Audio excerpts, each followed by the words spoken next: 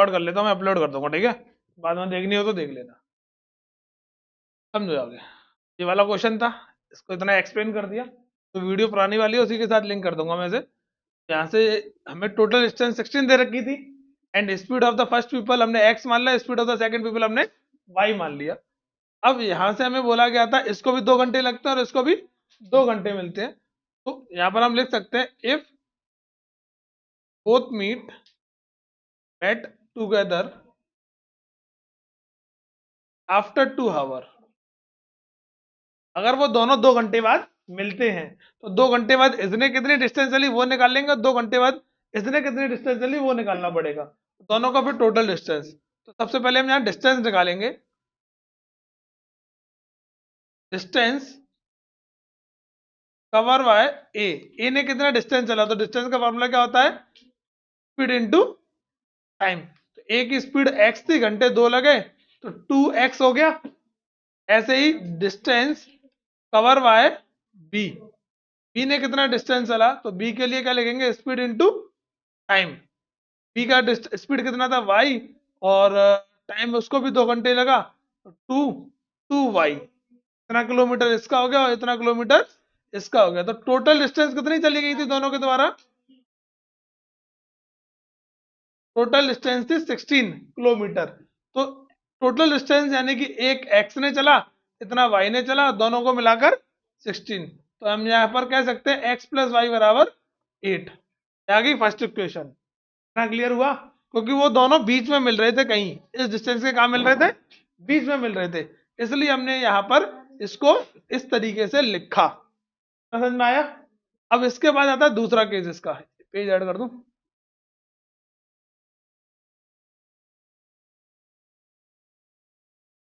अब इसके बाद आता है इसका दूसरा केस। दूसरे केस में क्या है,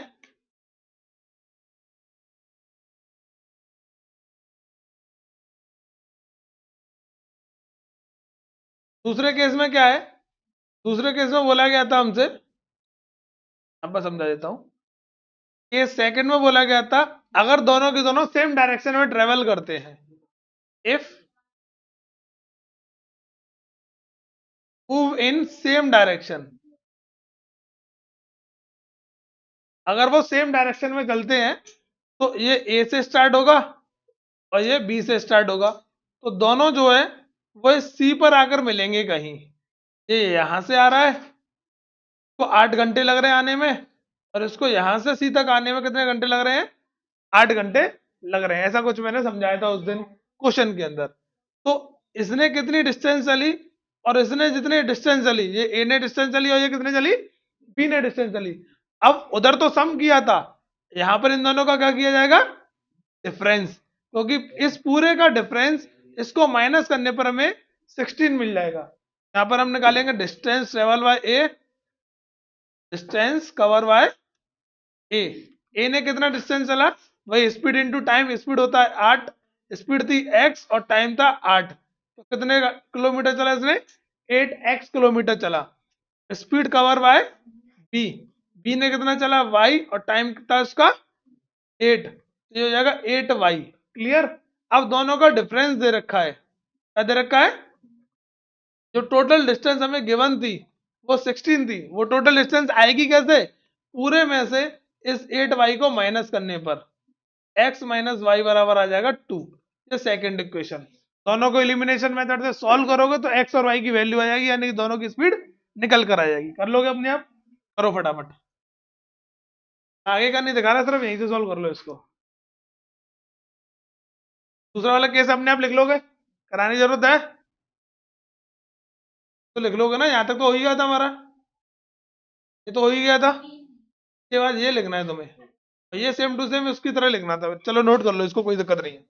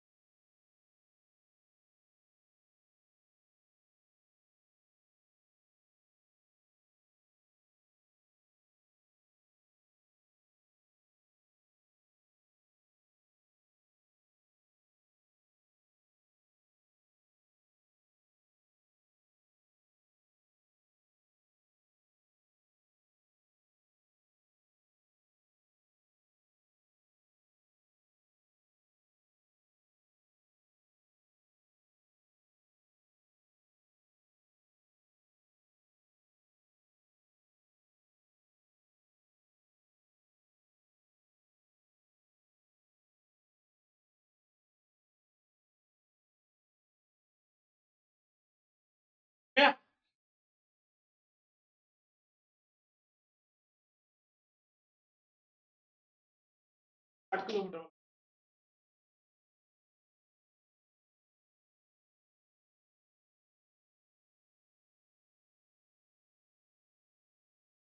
में कोई मल्टीप्लाई नहीं करेंगे, दोनों के वेरिएबल के कोफिशिएंट सेम है, डायरेक्ट सॉल्व कर लो।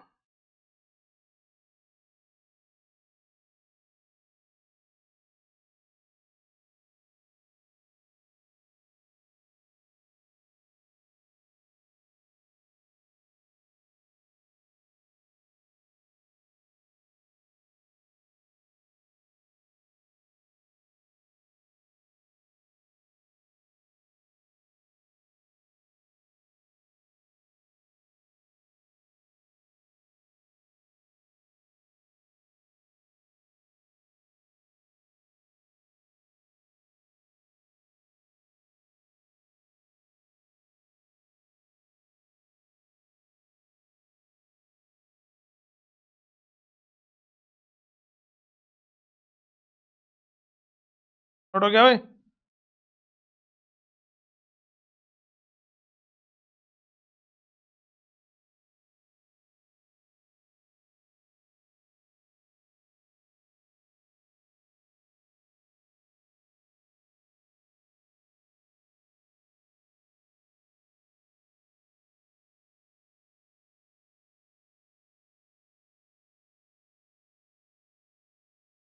हाँ,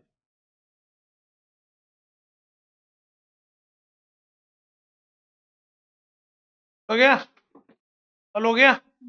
एक्स और वाई की वैल्यू निकाल ली थी। नेक्स्ट क्वेश्चन देखो, सॉल्व हो गया होगा ये, ठीक है? ये मैंने होमवर्क में दिया था।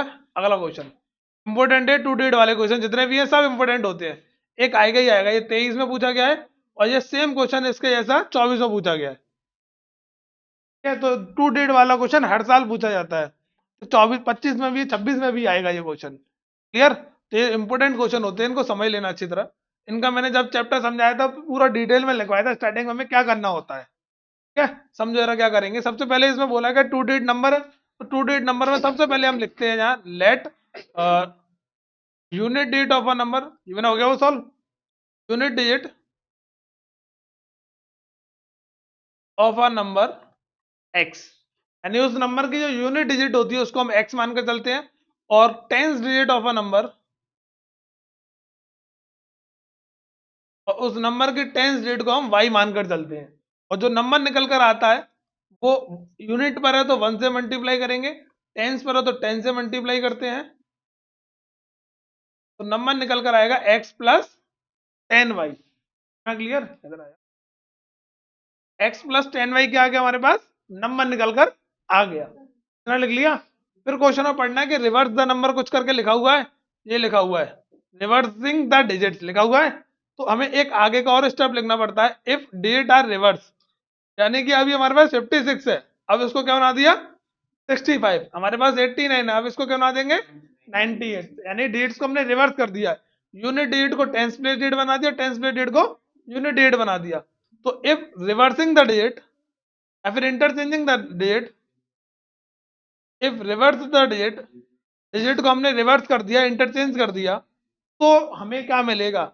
Reversing the digit, interchanging the digit, तो हम यहाँ पर लिखेंगे न्यू नंबर। तो जो x में 1 से मल्टीप्लाई हो रहा था वो टेंस प्लेस डिजिट बन जाएगी, तो 10 से मल्टीप्लाई करेंगे। और जिसमें हम 1 से 10 से मल्टीप्लाई करें तो उसमें हम 1 से मल्टीप्लाई करेंगे, क्योंकि वो टेंस प्लेस डिजिट से 1 प्लेस डिजिट बन जाएगी।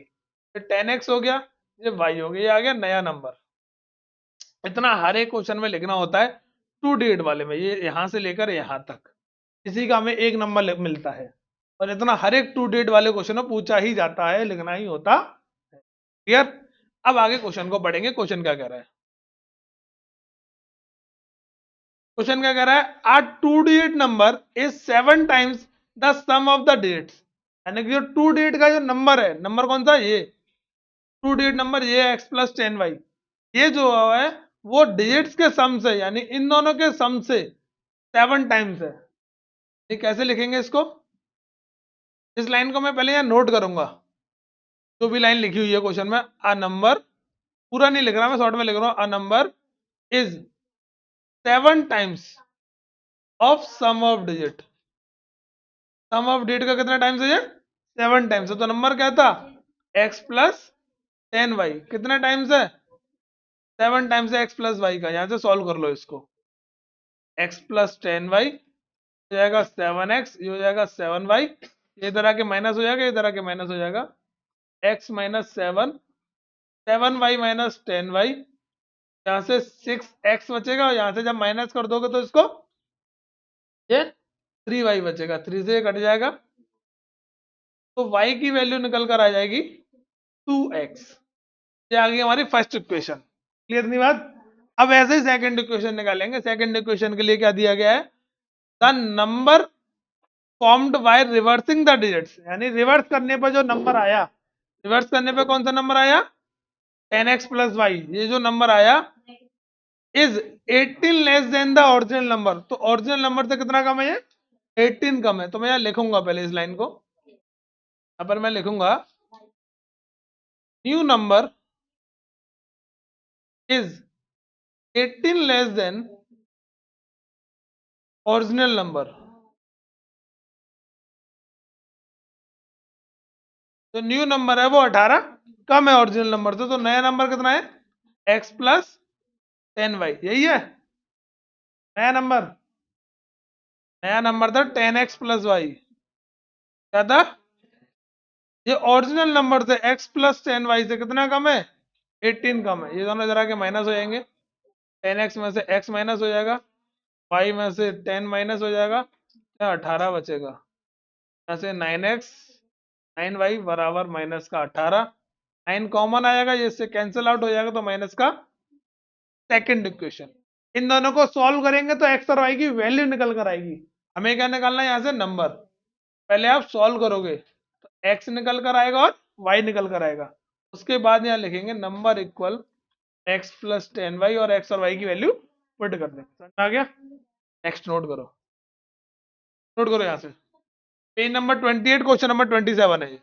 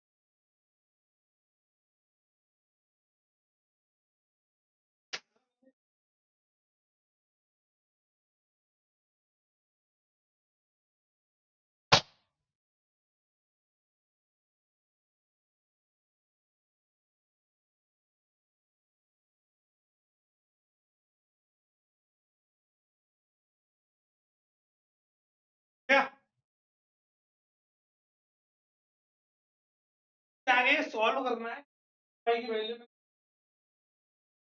क्या कर हमारा ओरिजिनल नंबर।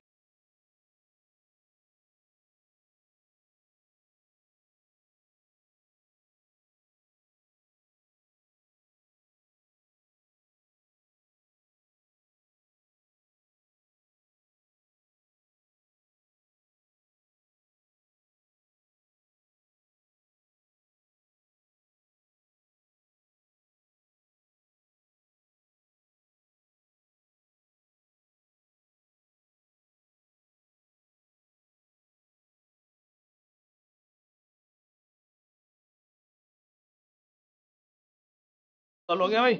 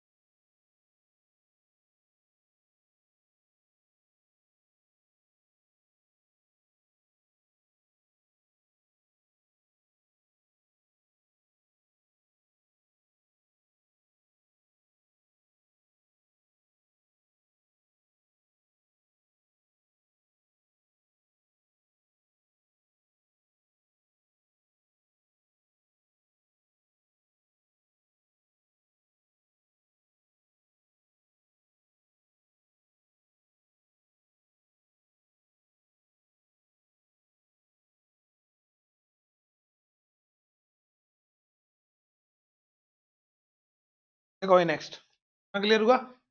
लोगे अपने आप कितना वैल्यू आ रहा है जरा बताओ। वैल्यू 2 आ रही है और इसकी वैल्यू ये सॉल्व नहीं करा, बस तुम्हारे जितना बता दिया उस हिसाब से मैंने नंबर निकाल दिया है। तरीके से वैल्यू निकाल लो अपने आप, सॉल्व कर लो एलिमिनेशन मेथड से और नंबर आ जाएगा। ये हमें इस वाले क्वेश्चन में करना होगा, एक क्वेश्चन बनानी होगी इसकी। मैं बोला था sum of the digits of a two डेट नंबर इज 14। डेट्स का सम हमें 14 दे रखा है, सॉल्व पूरा। डेट्स का सम हमें कितना दे रखा है 14। The number obtained by interchanging its digits exceeds the given number by 18। ये जो नंबर ऑब्टेन्ड हुआ है डेट्स को इंटरचेंज कर कर वो गिवन नंबर से 18 ज्यादा है, तो फाइंड द नंबर। में इधर ही शॉर्ट में लिखता हूँ इसको। दोनों का सम मैंने एक्स और वाई मान लिया आराम से। मैंने क्या मान लिया एक्स और वाई दोनों डेट्स को। दोनों का सम हमें कितना दे रखा है 14। क्लियर। अब बोला गया है the number obtained by interchanging the digits. तो नंबर ऑब्टेन्ड होगा डेट्स को इंटरचेंज कर कर, वो क्या होता है 10x प्लस वाई होगा। वो ओरिजिनल नंबर से यानी कि x प्लस 10y से एग्जिट है, कितना एग्जिट है 18। ये सेकंड इक्वेशन सॉल्व कर लेना आंसर आ जाएगा। आया। यानी यहां तक तो हमें पूरा लिखना ही लिखना है इस क्वेश्चन में, यहां तक तो पूरा लिखा ही जाएगा, ये इतना तो लिखा ही जाएगा। उसके बाद वो लाइन उतारेंगे, फिर ये वाली इक्वेशन आ जाएगी। यहाँ क्या लिखेंगे हम सम ऑफ द डेट्स इज 14, तो यहाँ x प्लस वाई 14 हो जाएगा पहली इक्वेशन। फिर दूसरी लाइन नोट करेंगे the number obtained by reversing the digits यानी कि new number exceeds the given number by 18। और दूसरी लाइन की जगह लिखेंगे new number is exceeds the given number by 18, तो दूसरी इक्वेशन आ जाएगी। सॉल्व कर लेंगे आंसर आ जाएगा। लोग अपने आप होमवर्क में है वो, ठीक है। नेक्स्ट क्वेश्चन देखो। तो ये कुछ टेढ़ा सा क्वेश्चन था जो कि हमें एलिमिनेशन मेथड से करना है। फर्स्ट इक्वेशन है इसकी ए एक्स माइनस बी वाई, अपने लिए छोड़ दिया था करवाने के लिए। सेकेंड इक्वेशन है, दोनों को एलिमिनेशन मेथड से सॉल्व करना है। मैंने क्या किया एलिमिनेशन मेथड में, इधर ए है तो इधर ए से मल्टीप्लाई कर दिया। जब ए से मल्टीप्लाई करता हूँ तो यहाँ ए आ जाएगा, यहाँ भी ए वाई हो जाएगा, यहाँ ए स्क्वायर हो जाएगा, यहाँ ए बी हो जाएगा। क्लियर। अब यहाँ से इसको क्या कर देंगे हम सब्ट्रैक्ट, माइनस ये प्लस ये माइनस ये प्लस, दोनों कैंसिल आउट हो जाएंगे। माइनस ये प्लस का ये भी प्लस का, ए वाई बी वाई इक्वल ए स्क्वायर से ए स्क्वायर कैंसिल हो जाएगा, क्या बचेगा यहाँ से A B plus B square. Clear? यहाँ से वाई कॉमन आ जाएगा, ए प्लस बी बचेगा, और यहाँ से बी कॉमन आ जाएगा, ए प्लस बी बचेगा, ए प्लस बी से ए प्लस बी कैंसिल हो जाएगा, तो y की वैल्यू b आएगी। y की वैल्यू b किस में दे रखी है, एक इसमें दे रखी है और एक इसमें दे रखी है, यानी इसमें भी b है और इसमें भी b है। a निकालना पड़ेगा, a पॉजिटिव आ रहा है कि नेगेटिव आ रहा है। एक b की वैल्यू जो आई है उसको पहले में रख दो, ये तो थी, मैंने इस y की जगह क्या बना दिया, इसको b बना दिया, b से b कैंसिल हो जाएगा तो a की वैल्यू x की वैल्यू a आ जाएगी। कौन सा ऑप्शन सही है हमारा, सी ऑप्शन। आया समझ में? ये आरएस में क्वेश्चन दे रखे हैं ऐसे, और हमें छोट इतना बड़ा क्वेश्चन है, एक नंबर का दे रखा है। ठीक है, तो प्रैक्टिस करनी पड़ेगी। सॉल्व करोगे कि घर से कर लोगे? लोगे? इसको जरा ट्राई करते हैं, इजी क्वेश्चन है, सिलेक्टेड क्वेश्चन है, इसी टाइप के क्वेश्चन आपको 26 में देखने को मिलेंगे ये। ठीक है, अब फ्रैक्शन बिकम 1/3, एक फ्रैक्शन जो 1/3 हो जाती है when one is separated from the numerator, अगर उस फ्रैक्शन में से वन हम सेपरेट कर देते हैं, तो हमें नहीं पता उस फ्रैक्शन का न्यूमिनेटर कितना है डिनोमिनेटर कितना है। यहाँ पर लेट करेंगे, लेट फ्रैक्शन, फ्रैक्शन है न्यूमिनेटर लिखेंगे यहाँ, न्यूमिनेटर को हमने x मान लिया, डिनोमिनेटर को हमने y मान लिया, डिनोमिनेटर को हमने क्या मान लिया, y मान लिया, तो फ्रैक्शन कितना आ जाएगी, फ्रैक्शन हो जाएगी x अपॉन वाई। अब पहले केस में बोला गया अब fraction will come 1/3 when one is separated from the numerator. ये लाइन हमें यहाँ तक लिखनी पड़ेगी पूरी, कहाँ से कहाँ तक लिखनी पड़ेगी, ये पूरी line, fraction become 1/3 when one is separated from the numerator, ये यहाँ में नोट डाउन करनी पड़ेगी। ठीक है, उसके बाद फिर हम इक्वेशन लिखेंगे। इक्वेशन क्या थी, जो x अपॉन वाई है उसके न्यूमिनेटर में से अगर हम वन सेपरेट कर देते हैं तो फ्रैक्शन 1/3 हो जाती है, और फ्रैक्शन के में से जो हमारे पास x अपन वाई फ्रैक्शन थी उसके न्यूमिनेटर में से अगर मैंने वन माइनस कर दिया तो फ्रैक्शन कितनी हो जाएगी, 1/3। क्रॉस मल्टीप्लाई करो, इक्वेशन बन जाएगी यहाँ से, ये x माइनस थ्री बराबर वाई, ये इधर आ जाएगा, ये इधर आ जाएगा, तो 3x माइनस वाई बराबर आ गई हमारी first equation. Clear? Second equation के लिए क्या बोला गया है, इट बिकम 1/4, 1/4 हो जाती है जब डिनोमिनेटर में वन ऐड कर दिया जाता है, तो ये लाइन यहाँ पर नोट करी जाएगी, और x अपॉन वाई का डिनोमिनेटर में 8 ऐड कर दिया जाएगा, तो ये कितनी जाती है 1/4, क्रॉस मल्टीप्लाई, और x वाई प्लस 8, वाई इधर चला जाएगा, और दोनों का हम सॉल्व कर लेंगे। क्लियर? जब x और y सॉल्व होकर आ जाएगा तो यहाँ पर हमारे पास फ्रैक्शन में हम उनकी वैल्यू को पुट कर देंगे, x अपॉन वाई की जो भी वैल्यू निकल कर आएगी उसमें x और y की जो भी वैल्यू आ रही है वो यहाँ पर पुट कर दी जाएगी। समझ गए? करो।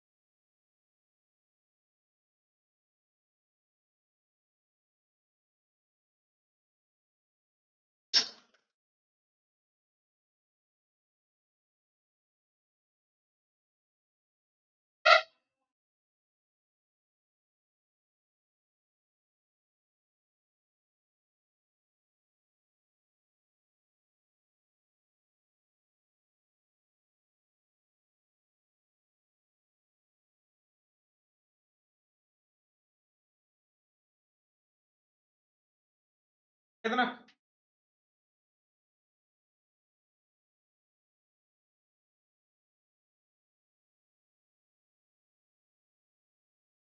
बटा।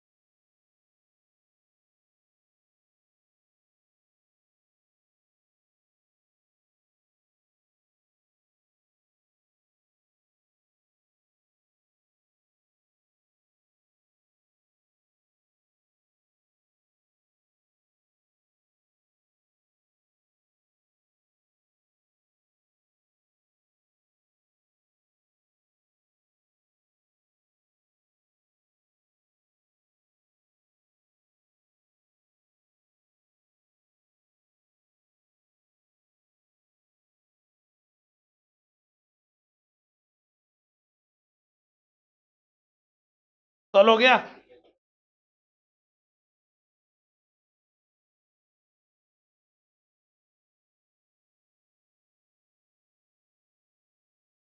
चलो।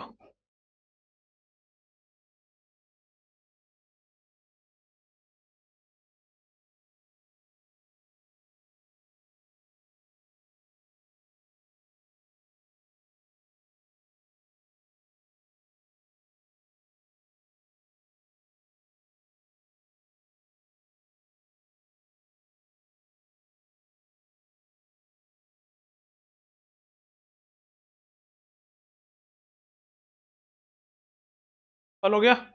आ रहा है? सॉल्व करने पर एक्स की वैल्यू कितनी आ रही है? 5 और वाई की वैल्यू, यानी फ्रैक्शन कितनी आ जाएगी? 5/12। ओके तुम्हारा? सॉल्व हो गया दोनों? ये फ्रैक्शन वाले भी क्वेश्चन इंपॉर्टेंट है, ये भी आ सकते हैं। इसमें क्या बोला गया है, ये जो क्वेश्चन है वो कोऑर्डिनेट ज्योमेट्री का क्वेश्चन है। सॉल्व करोगे तो इसमें डाल दिया है वो, the point of the intersection of a line segment 3x minus Y equal 3 and Y axis is given Y. यानी कि ये एक लाइन सेगमेंट है हमारे पास, और ये वाई एक्सिस पर टच करती है। तो वाई एक्सिस को किस पॉइंट पर टच करेगी वो पॉइंट बताना है। वाई एक्सिस पर एक्स क्या होगा? 0 होगा, वाई का ही तो पॉइंट होगा खाली, तो एक्स को क्या बना देंगे? 0। तो कितना आ गया वाई की बराबर? -3। कितना आ गया? 0 का -3 आंसर, यानी कि ए। क्लियर? कोऑर्डिनेट ज्योमेट्री का था, वो लाइन लिखा था इसलिए मैंने डाल दिया इसमें। ये मैंने होमवर्क में करने के लिए दिया था। इसकी इक्वेशन मैं इधर ही लिख देता हूँ, आपको सॉल्व करनी है। बोला गया 9 चेयर और 1 टेबल कॉस्ट है 900 रुपए। तो सॉरी, 3 चेयर और 1 टेबल, 3 चेयर और 1 टेबल, यानी कि 1 वाई हो जाएगा, टोटल 900 रुपए बैठते हैं उसके। फिर बोला गया 5 chair and the 3 table, 5 chair और 3 टेबल, टोटल बैठते हैं 2100 रुपए। दोनों को सॉल्व कर लो। सॉल्व करने पर एक्स और वाई की जो वैल्यू आएगी वो हमें बतानी है। तो नहीं, इसमें रिप्रेजेंट करना है कि if the cost of the one chair is X and the cost of the one table is Y, तो then the situation can be represented algebraically. तो कौन ले ले जा, तो कौन सी सिचुएशन इसको रिप्रेजेंट करती है? मैच कर लो जरा, कौन सा है?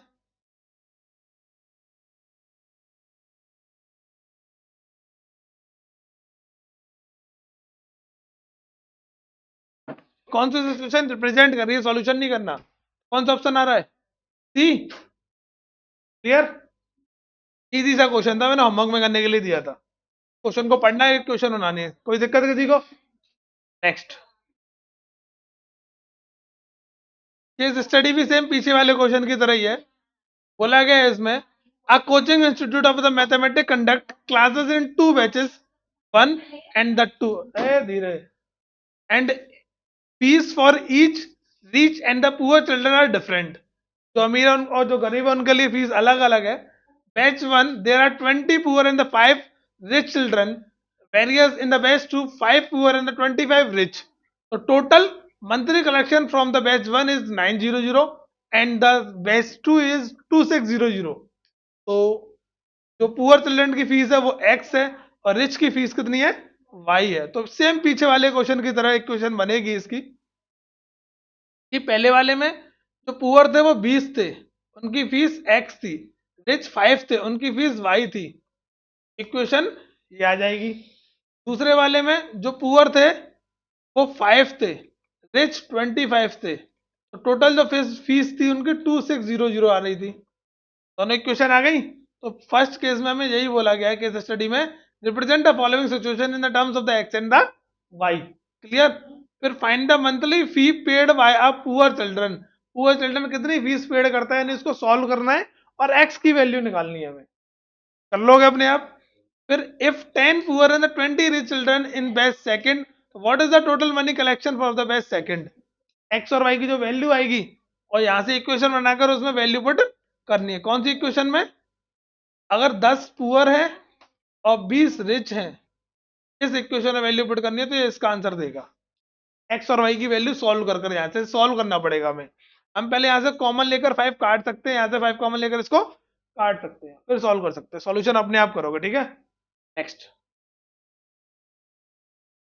ये आप बता सकते हो कि कौन सी कंडीशन आ रही है। ये दोनों लाइन एक दूसरे को इंटरसेक्ट करेंगी, पैरेलल है ये, नहीं है।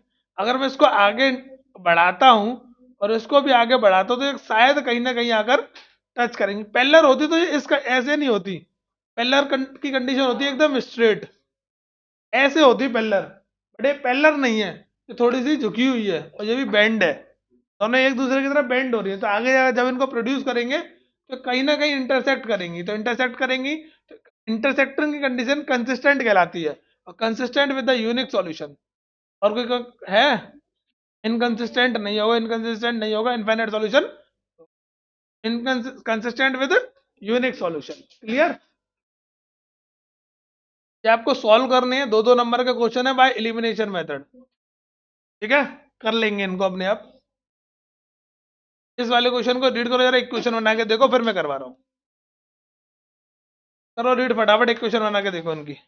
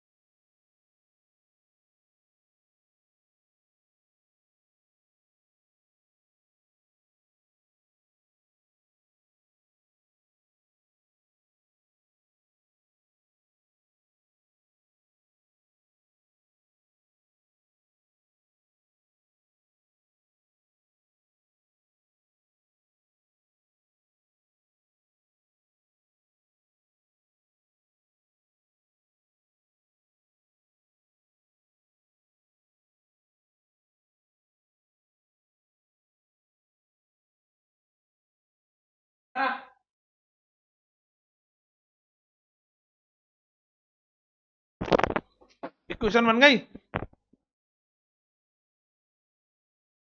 मैच करना है जिनका नहीं हुआ। 3 ईयर एगो, 3 साल पहले की बात कर रहा है। क्या बोला गया, Rashmi was thrice as old as Najma. जो रश्मि की एज है वो नाजमा की एज का 3 गुना है। तो हमें ना तो रश्मि की एज पता, ना हमें नाजमा की एज पता। तो हम दोनों की एज को लेट करेंगे सबसे पहले। लेट एज ऑफ रश्मि, रश्मि की एज को हमने एक्स मान लिया, एक्स ईयर लिखेंगे यहाँ, ठीक है। And as of Najma, Najma की एज वाई ईयर आ जाएगी। इतना क्लियर। फिर बोला गया है 10 ईयर लेटर, 10 साल बाद। पहले तो वो 3 साल पहले की बात कर रहा है, तो यहाँ हेडिंग लिखेंगे 3 ईयर एगो, 3 साल पहले। और 3 साल पहले दोनों की एज निकालेंगे। Age of Rashmi x-3, age of Najma y-3, year और ईयर। इतना क्लियर। दोनों की एज निकल कर आ गई, x-3 y-3। अब कितना टाइम्स था, जो रश्मि की एज थी वो थ्राइस थी। कितना टाइम्स थी, रश्मि की एज 3 टाइम्स थी नाजमा की एज का। ऐसे ये x-3 आ जाएगा, 3 का मल्टीप्लाई 3/3 का मल्टीप्लाई 9, ये इधर आ जाएगा, ये इधर आ जाएगा। माइनस का 9 प्लस का 3, x-3 बराबर माइनस का 6। पहली इक्वेशन, कोई दिक्कत किसी को। अब ऐसे दूसरी इक्वेशन निकालेंगे। दूसरी इक्वेशन में बोला गया है 10 ईयर लेटर, 10 साल बाद। तो एडिंग लिखेंगे 10 ईयर लेटर, 10 साल बाद। Age of Rashmi x+10, age of Najma y+10। पीछे दोनों के लिए ईयर यूज करेंगे हम। क्लियर। बोला गया जो रश्मि की एज है वो ट्वाइस है रेशमा की एज का। देखो जरा, twice as well as Najma लिखा हुआ है। Rashmi age is twice as well as Najma. यहां से दूसरी इक्वेशन बन जाएगी 2y+20, इधर आ जाएगा, ये इधर आ जाएगा। 20-10, x-2y बराबर सेकंड इक्वेशन। दोनों को सॉल्व कर लेना, आंसर आ जाएगा। क्लियर। नोट करो।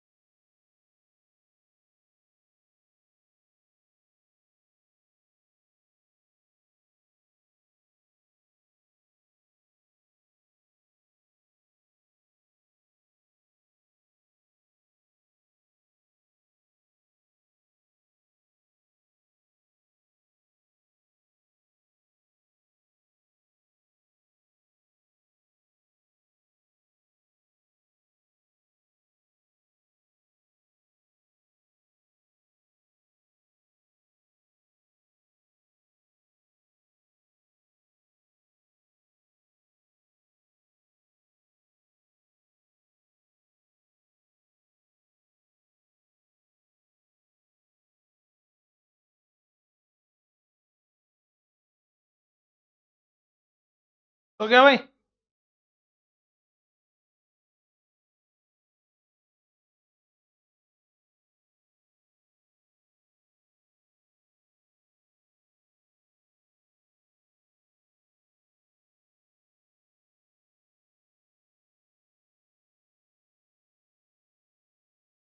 और इनको दोबारा सॉल्व करो।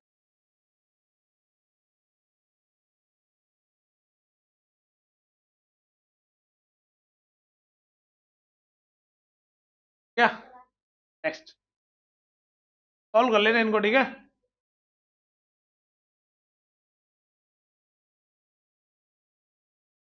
कल रात को व्हाट्सएप पे मैंने क्या करना है, क्या करना है, खाने के बाद क्या करना है, आज कर लेना, ठीक है।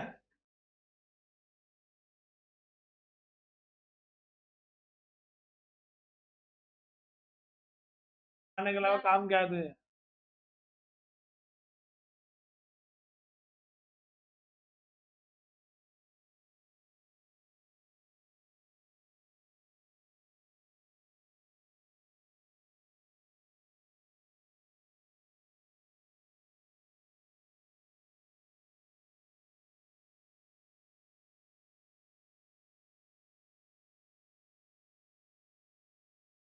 नेक्स्ट हो गया, कर लोगे?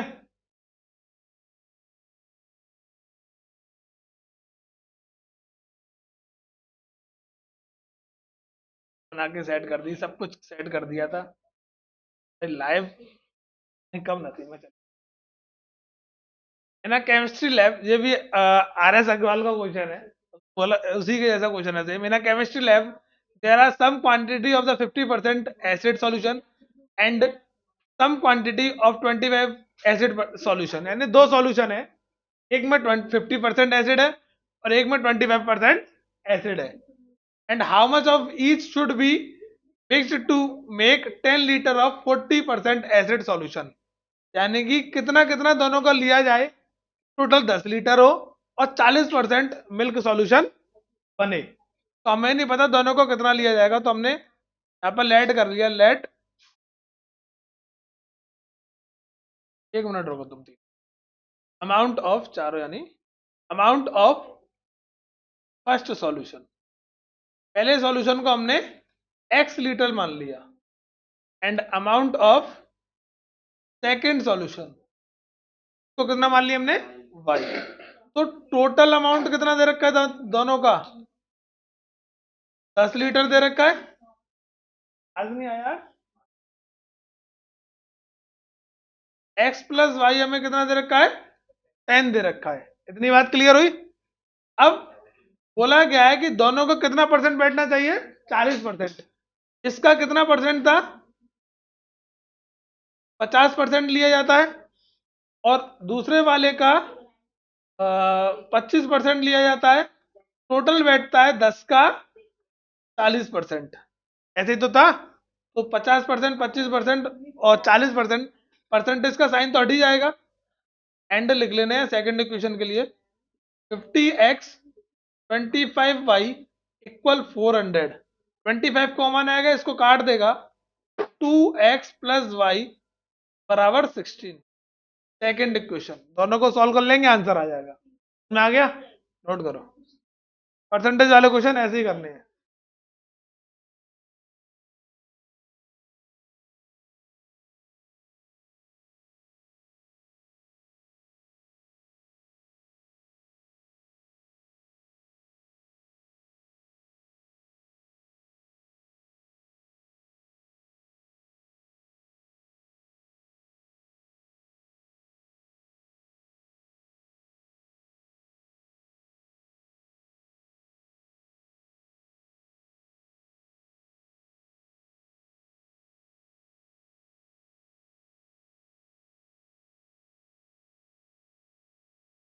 आज को और पढ़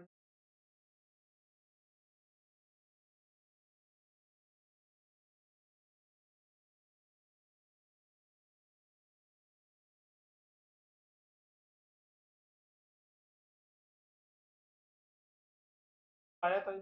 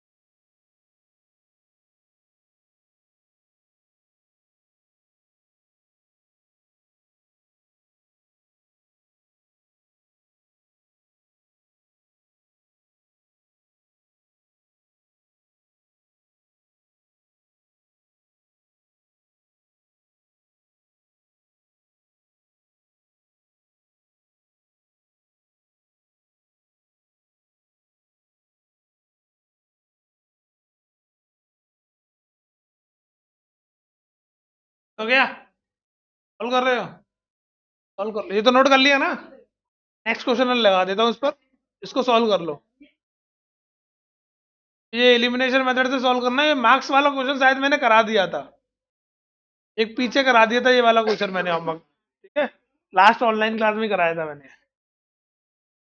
को सॉल्व करो, इनका आंसर चेक कराओ, और उसको एलिमिनेशन मेथड से सॉल्व करना ऊपर वाले को।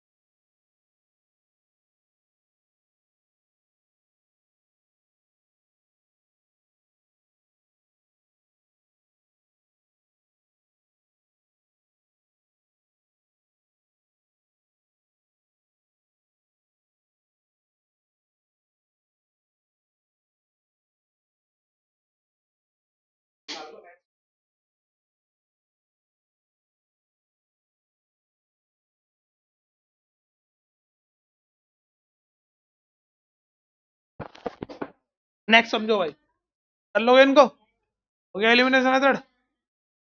नेक्स्ट, ये तो होमवर्क में करना था, नीचे वाला क्वेश्चन मैं करा चुका हूँ।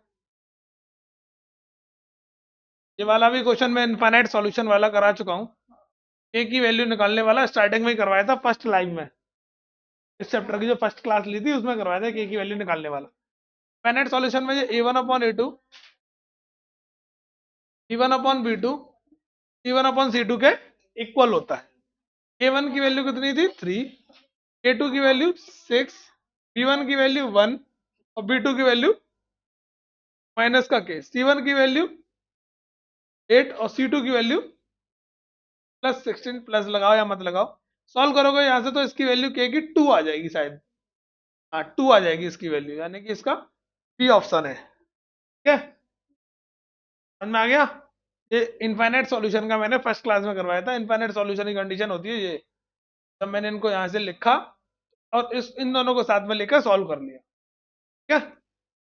अगर फर्स्ट दो को ले लो या फिर इनको ले लो। तो इस क्वेश्चन को कर लेते हैं, इसका सेकंड पार्ट। क्या बोला गया है सेकंड पार्ट में?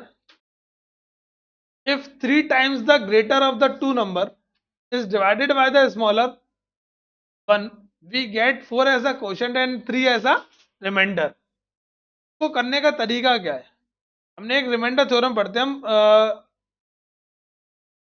फर्स्ट चैप्टर के अंदर। रिमाइंडर थ्योरम में हम क्या लिखते हैं कि जो मान के चलो मैंने 3 से 15 16 को डिवाइड करा, 5 टाइम्स डिवाइड होगा 15, 1 बचेगा, ये तो रिमाइंडर कहलाता है।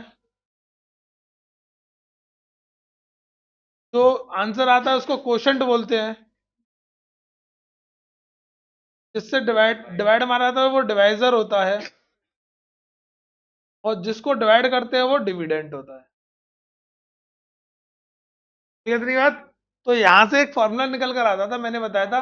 इसको हम आर से शो करते हैं, डिवाइजर को हम इस तरीके से लिखते हैं, ए बराबर पी क्यू प्लस आर। ठीक है, इसको हम ए से शो करते हैं, क्वोशंट को क्यू से शो करते हैं, और डिवाइजर को बी से शो करते हैं। तो ए बराबर B Q plus R formula बनता है। यानी कि बचपन में करते थे, डिविडेंड को कैसे निकालते थे, इन दोनों का मल्टीप्लाई करके और इसको प्लस कर कर। तो यही हम यहाँ लगाएंगे बाय रिमाइंडर थ्योरम से।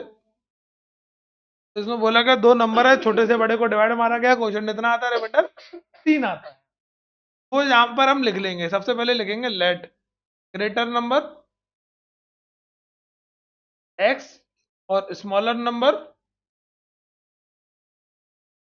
वाई। इतना क्लियर? जो लैंग्वेज ऊपर लिखी हुई है वो यहाँ हम नोट डाउन कर देंगे, तो भी यहाँ तक लैंग्वेज लिखी हुई है यहाँ से। तो लगा 3 टाइम्स द ग्रेटर नंबर से, तो पूरी लैंग्वेज हमें नीचे नोट करनी पड़ेगी, तब हमारी इक्वेशन बनेगी। क्लियर? फिर इसके बाद इक्वेशन बनाएंगे। इक्वेशन क्या बनेगी वो समझो। क्या बोला गया इक्वेशन के लिए कि 3 टाइम्स द ग्रेटर नंबर के 3 टाइम्स को, तो फॉर्मूला क्या होता है? फॉर्मूला होता है डिविडेंट को डिवाइड मारा जा रहा है, ग्रेटर नंबर के 3 टाइम्स को डिवाइड मारा जा रहा है। क्लियर नहीं बात? किससे डिवाइड मारा जा रहा है? स्मॉलर नंबर से। डिवाइजर कौन है? डिवाइजर हमारा स्मॉलर नंबर यानी कि y। क्वोशंट कितना आता है? क्वोशंट आता है 4। रिमाइंडर कितना बचता है? 3। इतना लिख लिया। इतना लिखने के बाद इक्वेशन बनाएंगे। इक्वेशन आएगी यहाँ से a बराबर पी क्यू प्लस आर, जिसको डिवाइड मारा जा रहा है वो 3x है, जिससे डिवाइड मारा जा रहा है वो y है, क्वोशंट 4 है, रिमाइंडर 5 है। कितना था? रिमाइंडर भी 3 है। तो यहाँ से इक्वेशन आ जाएगी 3x माइनस 4y इक्वल, ये पहली इक्वेशन। समझ में आया? एनसीईआरटी का क्वेश्चन है ये, एनसीईआरटी में भी हमें दे रखा है ये। नेक्स्ट, अगला क्या बोला गया है? If 7 times the smaller number. अब क्या बोला गया? उल्टा कर दिया। स्मॉलर नंबर के 7 टाइम्स को, 7 टाइम्स द स्मॉलर नंबर क्या हुआ है? Divided by the greater number. Greater number से डिवाइड मारा जाता है तो 5 तो क्वोशंट आता है और 1 रिमाइंडर आता है। समझो?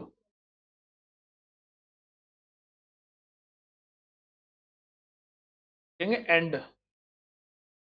अब हमने डिविडेंड जो है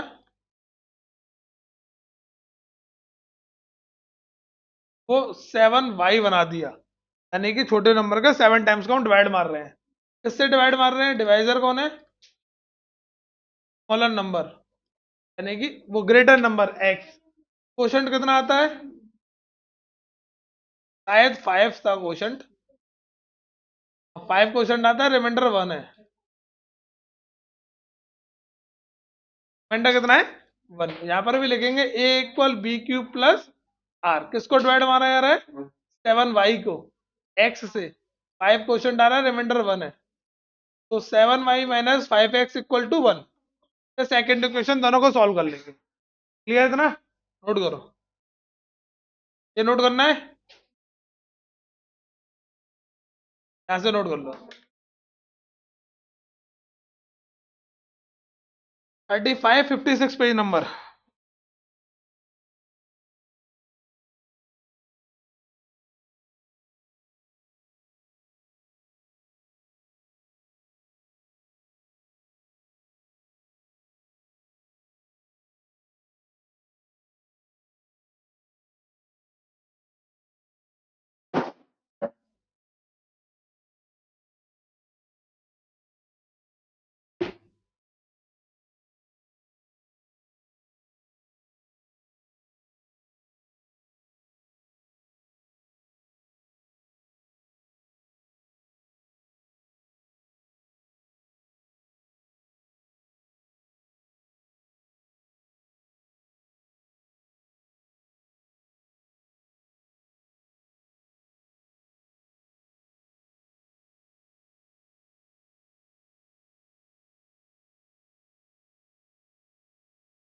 जाना नहीं है तो टाइम क्यों पूछ रहा है? टाइम कितना हो? अगर जाना हो तो टाइम पूछा जाता है। थोड़ा यहाँ से 5 बजे से पहले नहीं लेगा। क्या ये?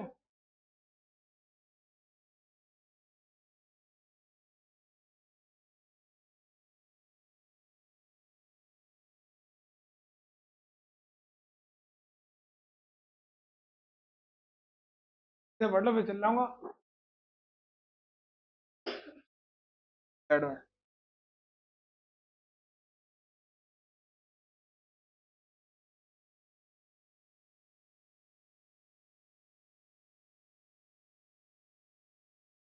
लगा रहे हैं।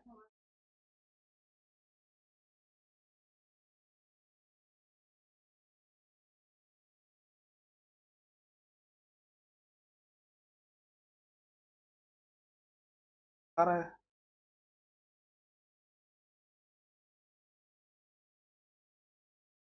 11 नहीं है,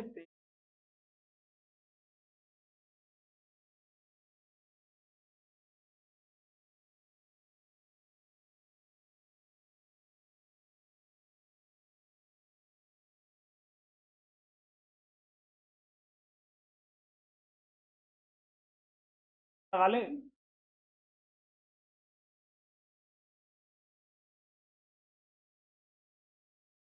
हो गया? हो गया ना इतना?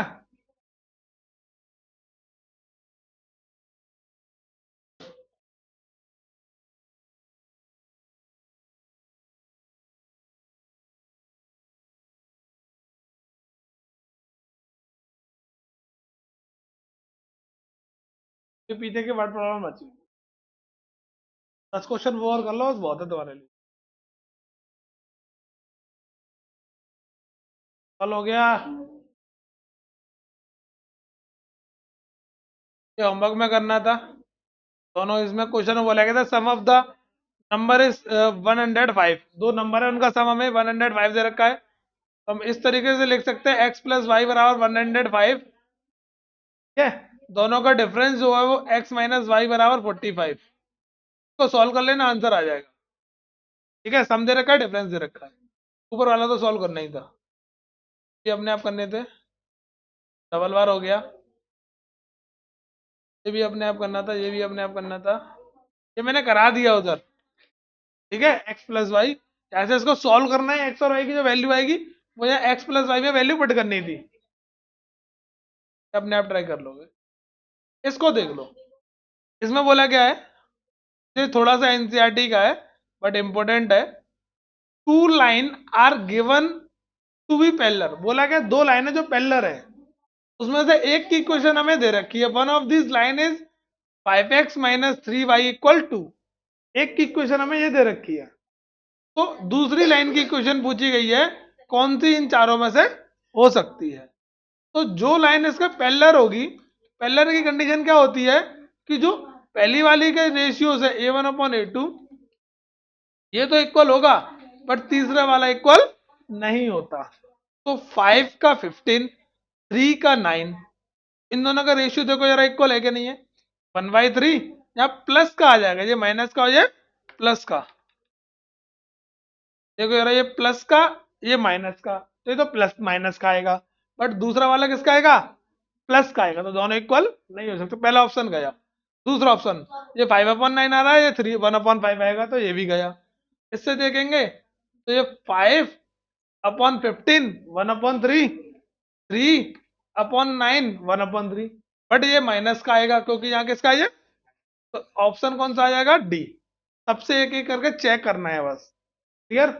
अगर जिससे ये कंडीशन सेटिस्फाई हो जाती है, वही हमारा आंसर है। हमारा है D option. Clear? Next, NCERT का क्वेश्चन था वो। ये क्वेश्चन भी आप अपने आप करोगे। इसमें बोला गया है Rehan, sorry Rehana went to a bank to withdraw 200 rupees. Bank गई और उसने 2000 रुपए नोट निकाले। बोला गया है she asked the cashier to here 50 and the 100 notes only. Cashier को बोलते 50 और 100 रुपए के नोट ही उसको चाहिए। तो हमें नहीं पता कि 50 के कितने लिए उसने और 100 के कितने लिए। 50 के x मान लिए और 100 के y मान लिए। Number of notes of 50 rupees is equal to x, number of note of 100 rupees is equal to y। दोनों को मिलाकर बैठता है 100। दोनों को मिलाकर 25 नोट बैठते हैं। कितने नोट है? 25। क्लियर? गड्डी के अंदर 2000 की गड्डी है, उसके अंदर 25 नोट है। अब 50 के कितने थे? x। 100 के कितने थे? y। टोटल मनी कितनी? 2000। सॉल्व कर लेना, आंसर आ जाएगा। आया था ना भाई? ये 50 रुपए के गिने उसने और ये 100 रुपए के गिने, टोटल दोनों को जोड़ा तो 2000 बैठे उसके पास। इस तरीके से दोनों को सॉल्व करना है। ये भी सेम पीछे वाले की क्वेश्चन की तरह है। A man start his job with a certain monthly salary and earn a fixed increment every year। हर साल वो कुछ ना कुछ इंक्रीमेंट पाता है। अच्छा, एपी का क्वेश्चन है क्या ये? एक मिनट पढ़ लेते हैं। If his salary was 1500 after the 4 year of the service and 1800 after the 18 year of the service, what was his starting salary and what was the increment? इसी का क्वेश्चन है ये। हमने लेट मान लिया उसकी सैलरी को एक्स। सैलरी को कितना मान लिया? एक्स। तो इंक्रीमेंट होता है, एपी का क्वेश्चन है ये। 4 साल में सर उसकी सैलरी इतनी हो गई और 10 साल में उसकी सैलरी इतनी हो गई। ये फोर्थ टर्म हो गया, जो 10th टर्म हो गया। ए और डी वो पूछ रहा है, एपी का क्वेश्चन है। ठीक है, इसका नहीं है ये।